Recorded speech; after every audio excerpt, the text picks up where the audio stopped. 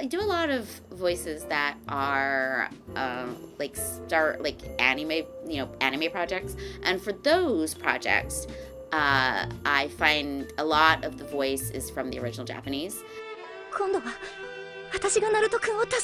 When I'm doing voices for original animation, it really has to do with the image. If they give me a picture of the character, and then also personality and any specs that they have, I definitely think looking at a picture helps, because sometimes you can create a voice that fits the personality and their description of the character, but then that voice just doesn't look like it comes out of that face, you know?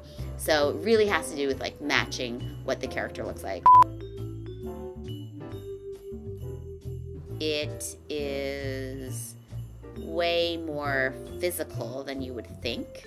You know, when you're acting, a lot of these voice actors get really fit. We wave our arms around lots of times, especially dudes, especially when they're doing like video games, they get really sweaty because they're like really getting into it, like really physical.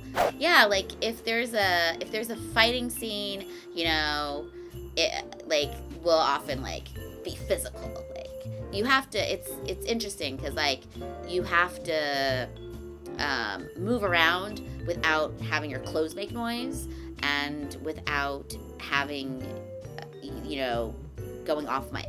So like if this is the microphone, if you're like this way, it sounds different, so you want to stay straight on. So your like face has to face the microphone. And you can move around, but you can't really move your head. I think with anything where you're creating, there's magic in collaboration. There's things that you can't predict when you're playing off of somebody, whether that be in a development writing phase or whether it be in a performance phase. So in terms of group records, one, it's more social, you get to see a lot of other people, but two,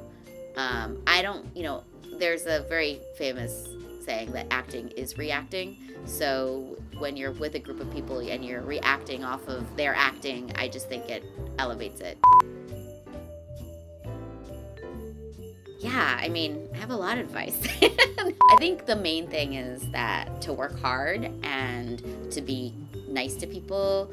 Just remember, it's really not about you.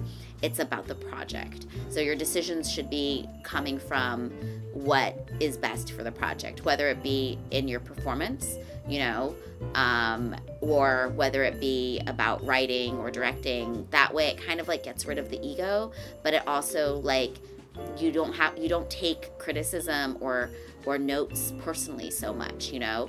If you understand that most people who you're working with are on your side and they want to see you succeed.